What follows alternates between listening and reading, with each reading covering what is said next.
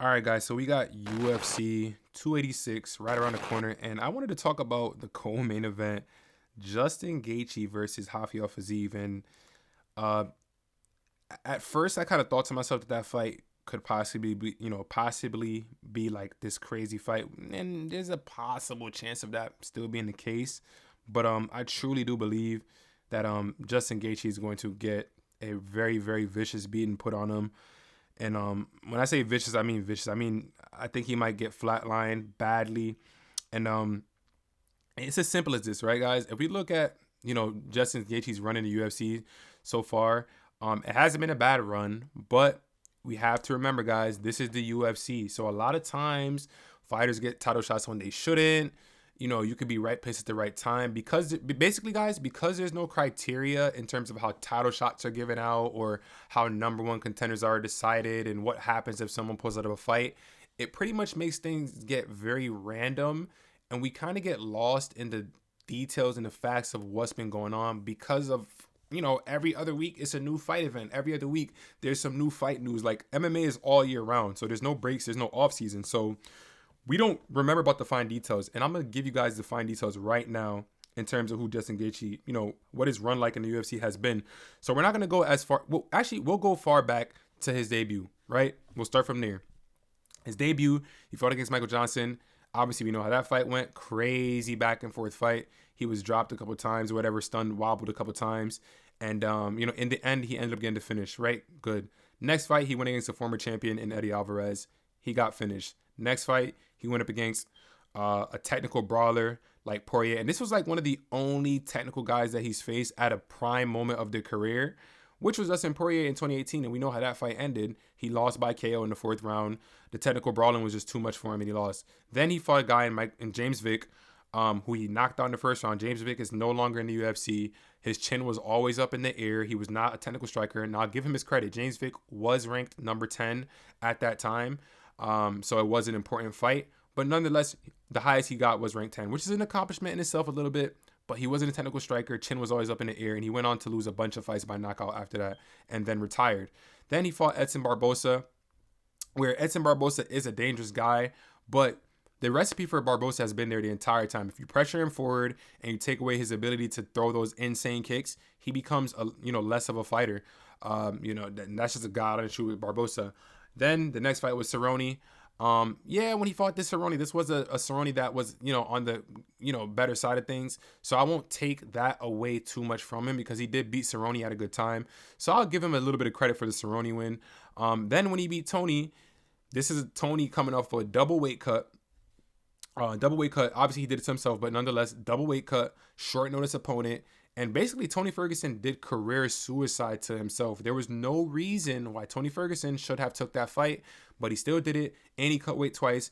He went from getting ready and preparing for a grappler to fighting a straight-up brawler, right? So he didn't train boxing or nothing like that. So obviously, we saw what happened to Tony, which was career suicide. He hasn't been the same since. Then, the next fight, he fought Khabib. He got absolutely dominated. We're not going to take anything away from him because it's Khabib. Then he went on to fight Michael Chandler, he's just not he's good, but he's just not something that you have to worry about. Like, he's not going to get any big wins over the top guys in the division. He's going to beat the lower echelon. He could, he has a chance to beat Conor, but Michael Chandler's not a win where I'm like, oh my God, he just beat Michael Chandler. What a great win. He's so technical. Michael Chandler's not, he doesn't fight technical. He's very out of control, not technical, looking for a knockout, blasting double legs. He's just relying on a lot of power, and he's not fighting technically. And then he lost to Charles Oliveira, which was another technical guy that he fought, where Charles Oliveira is technical with his striking. What he throws is very technical. Even though he's very aggressive, he does throw very technical. So now we get to his matchup versus Rafael Fiziev, and that's what Rafael Fiziev is. He is a technical striker. And that's going to just be way too much for Gaethje. What happens with Gaethje every time he fights someone that's technical, he ends up brawling, going crazy, even when he doesn't even have to do it. The only time that he got credit for this was being a new fighter and stuff like that was when he fought Tony. And think about it, guys. He fought Tony on short notice. You're fighting a guy that was not preparing to box off of a double weight cut, and you go in there and, he nearly got knocked out at the ending of the second round. you go out there, you have this great performance against a short notice guy, right? And all of a sudden, you're this new fighter. But then you go on to get dominated by Khabib. And if you watch the Khabib fight, he was very out of control, blasting leg kicks, just not being smart. He just put himself in a position to get finished. Then when he fought Chandler, he even got hurt by Chandler too. He was winging punches, throwing and missing. And the same thing happened when he ended up fighting Oliveira, but he got finished in that fight. So to me, I know that Rafael Fiziev will dominate this fight. I'm not saying there's not a chance that Justin Gaethje can't hurt him or something. I mean, he has power, and it's a fist fight, so there's always that chance. But I just think that Rafael Fiziev is way too technical. He's way too technical for Justin. Do I think wrestling's gonna play a part? No, because Justin Gaethje's takedown defense is damn near perfect. I think he's barely ever been taken down. So yeah, that's just the way how I see the fight going, guys. I know you're probably like, wait, that's it? Yeah, I'm just giving you guys my honest opinion. I'm not gonna sit here and try to act like, oh, I'm talking about all these different things. No, we know that Fiziev came off that late 5th round finish against RDA. He had that great finish over Brad Riddell, who's a technical guy. He had a great performance over Bobby Green, who's another technical guy. He beat Renato Moicano by 1st round knockout, beat Jacasey. And from there was just a little bit of lesser competition, so we're not gonna dive too much into that.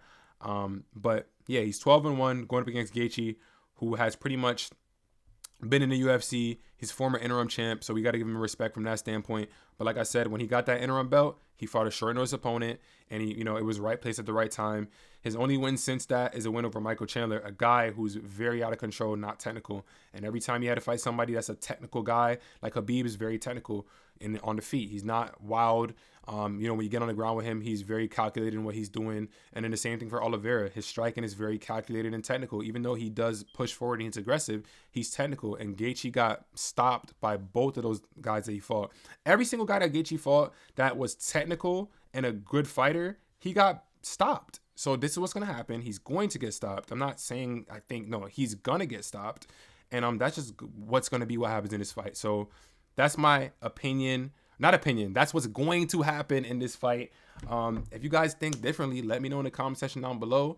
I will be talking about the main event in the next video, so make sure you guys stay tuned. And then I will drop most likely either a most confident picks or just a pick video for the entire UFC 286 card. So you guys already know what to do, man. Drop a like, comment, subscribe, and be sure to hit that notification bell, guys. So every single time that I upload, you guys will be notified, man. Hey, you guys already know what time it is. It's your boy Jared Bless, and I'll see you guys in the next video, man. Peace.